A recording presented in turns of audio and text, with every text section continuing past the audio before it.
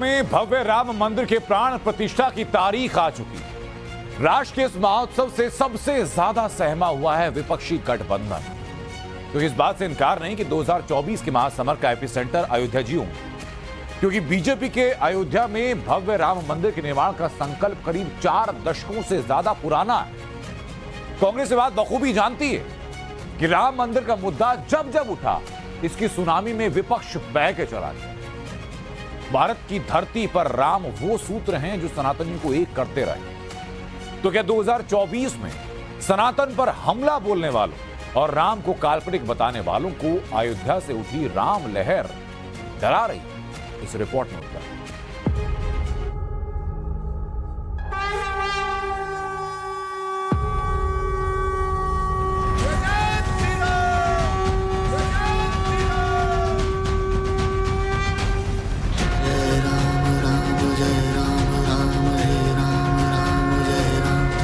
के इस ऐतिहासिक पल युगों युगों तक दिगंत तक भारत की कीर्ति पताका फहराते रहेंगे। आज का ये दिन करोड़ों राम भक्तों के संकल्प की सत्यता का प्रमाण है। जय राम राम जय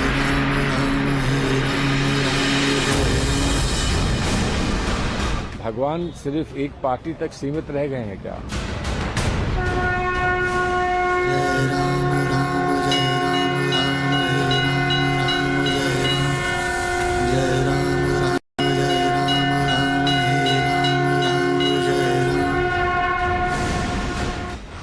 तो मोदी जी अब जाएंगे और राम मंदिर की पूजा करेंगे, लेकिन मुझे लगता है कि चुनाव आ रहे हैं, ये चुनाव की तैयारी।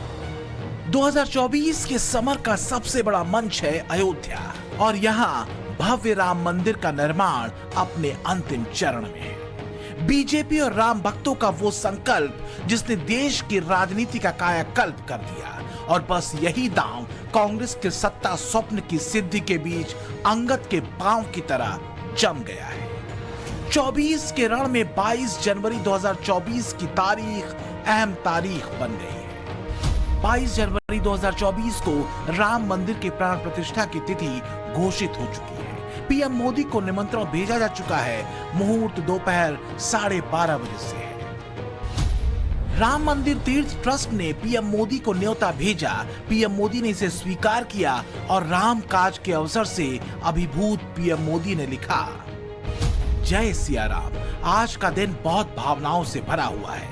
अभी श्री राम जन्मभूमि तीर्थ क्षेत्र ट्रस्ट के पदाधिकारी मुझसे मेरे निवास स्थान पर मिलने आए थे। उन्होंने मुझे श्री राम मंदिर में प्राण प्रतिष्ठा के अवसर पर अयोध्या आने के लिए निमंत्रित किया है। मैं खुद को बहुत धन्य महसूस कर रहा हूँ। ये मेरा सौभाग्य है कि अपने जीवन काल में मैं इस ऐतिहासिक अवसर का साक्षी बनूंगा। और बस इसी निमंत्रण पर कांग्रेस किलस गई और प्रतिक्रिया इस तरह आई, निमंत्रण सिर्फ एक ही पार्टी को जा रहा है क्या? कौन कौन पहुंचता कौन नहीं पहुंचता उस पर मैं कोई टिप्पणी नहीं कर सकता हूं, लेकिन भगवान सिर्फ एक पार्टी तक सीमित रह गए हैं क्या? निमंत्रण देने हैं और उसमें अगर उत्साह और उल्लास सबका देखना है तो सभी को होना चाहिए, सभी को निमंत्रित करना चाहिए। जैसे सवाल सलमान खुर्शीद पूछ रहे हैं, उसी तरह पलटकर कोई ये सवाल कांग्रेस और उसके आलाकमान से भी पूछ सकता है कि गांधी परिवार या कांग्रेस का कोई नेता अयोध्या में कितनी बार दर्शन के लिए गया। दरअसल कांग्रेस का विजन विद कंफ्यूजन ही उसका बंटाधार कर रहा है। कांग्रेस को हिंदुओं का वोट भी चाहिए, कांग्रेस मुसलमानों के वोट भी चाहती है।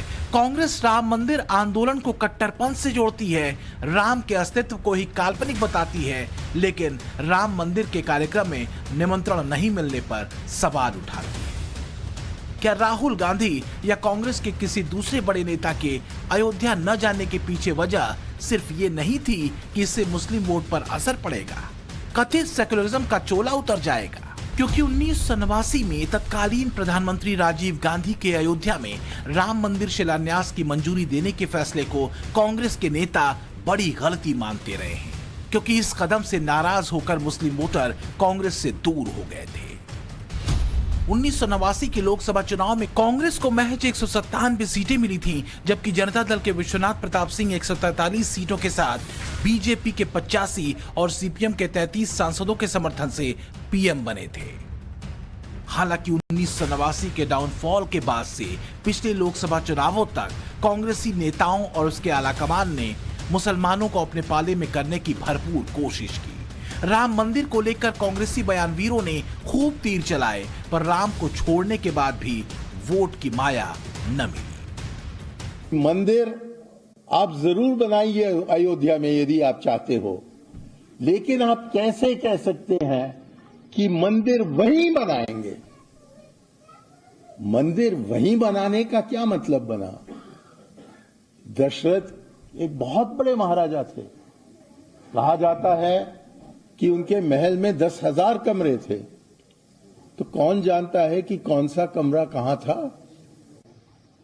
इसलिए ये कहना कि क्योंकि हम सोचते हैं कि हमारे भगवान राम यहीं पैदा हुए थे और इसीलिए वहीं बनाना है। अब उसी कांग्रेस के नेता देश विदेश में हिंदुत्व को बांच रहे हैं, हिंदुत्व के गाढ़े चिन्हों को ओढ़ रहे हैं, दिखा रहे हैं, और राम मंदिर की प्राण प्रतिष्ठा में निमंत्रण न मिलने से घुले जा रहे हैं। पर यही कांग्रेस तब चुप रहती है जब इंडी गठबंधन के नेता सनातन को गाली देते हैं। कांग्रेस अध्यक्ष के बेटे प्रियांक खड़गे सनातन पर सवाल उठाते हैं। कांग्रेसी तब भी चुप्पी साध लेते हैं जब हलफनामा देकर भगवान राम को वो काल्पनिक बताते हैं।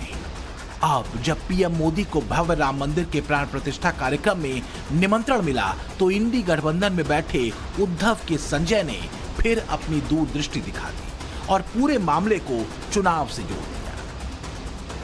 मोदी प्रधानमंत्री है, वो जाएंगे ही। इतना बड़ा इवेंट कौन छोड़ेगा भाई? राम मंदिर तो होना ही था, हो रहा है। हजारों कर सेवक उसमें शहीद हुए हैं। उस वक्त सभी हिंदुत्ववादी संगठन और पार्टियां शामिल थी। तो मोदी जी अब जाएंगे और राम मंदिर की पूजा करेंगे, लेकिन मुझे लगता है कि चुनाव आ रहे हैं। तो चुनाव आते रहेंगे, जाते रहेंगे, लेकिन यह सभी पार्टियां समझ लें कि जा पर कृपा राम को होई, ता पर कृपा करें सब कोई। प्रधानमंत्री जी के ऊपर राम की कृपा है, इसीलिए वो सत्ता में हैं और सत्ता में बने रहेंगे। और जो राम के विरोधी हैं वो बाहर हैं, सड़क पर घूम रहे हैं और सड़क पर घूमते रहेंगे। 2024 की एक बड़ी राम लहर अयोध्या से ही उठेगी, ये तय है। हिंदुओं के आराध्य रामलला सैकड़ों वर्षों बाद अपने महल में विराजेंगे। राजनीतिक तौर पर लिया गया एक शिव संकल्प अपने भव्य रूप में खड़ा होगा। 600 साल का जो संघर्ष रहा है वो आज ये दिन हमें देखने को मिल रहा है, हमें प्राप्त हुआ है। और आप जो हैं वो हमारे लिए सब हनुमान जी की सेना है जो ये काम परिपूर्ण कर रही है। जय श्री राम, जय जय श्री राम, जय श्री राम, जय श्री राम, जय श्री राम, जय श्री राम। कांग्रेस के नेतृत्व वाला इंडी गठबंधन प्रभु राम की अयोध्या से हिंदुत्व की ऐसी महालहर के उठने को लेकर बेचैन है, क्योंकि हिंदुत्व उठा तो जात पात की रची गई उसकी सारी पैतरेबाजियां इस लहर में निपट जाएंगी, और अगर कुछ रहेगा तो बस सनातन की पताका। आज के इस ऐतिहासिक पल युगों युगों तक, दिगंत तक भारत की कीर्ति पताका फहराते रहेंगे। आज का ये दिन करोड़ों राम भक्तों के संकल्प की सत्यता का प्रमाण है। तो क्या यह महज इत्तेफाक है कि राम मंदिर के प्राण प्रतिष्ठा कार्यक्रम में पीएम मोदी को निमंत्रित किए जाने के फौरन बाद अखिलेश यादव ने 31 अक्टूबर को एक बैठक बुलाई है? खबर है कि समाजवादी पार्टी लोकसभा चुनावों को लेकर रणनीति बनाएगी। तो क्या अखिलेश को लगने लगा है कि अयोध्या से उठे राजनीतिक भूचाल का शिकार सबसे ज्यादा उनकी पार्टी होगी?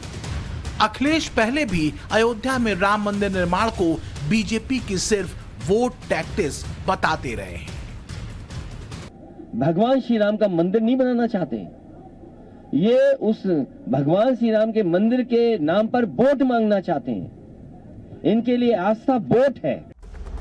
तमाम किंतु परंतु को पूर्ण विराम अब लग चुका है। विपक्ष की संदेह वाली सारी सियासत अयोध्या के भव्य राम मंदिर में श्री राम के पट्टाभिषेक के साथ ही धुआं हो जाने वाली है। और विपक्ष में खलबली इस बात को लेकर है कि कहीं इस धुएं में महागठबंधन ही गुम न हो जाए। Bureau report, times now, Navbharat.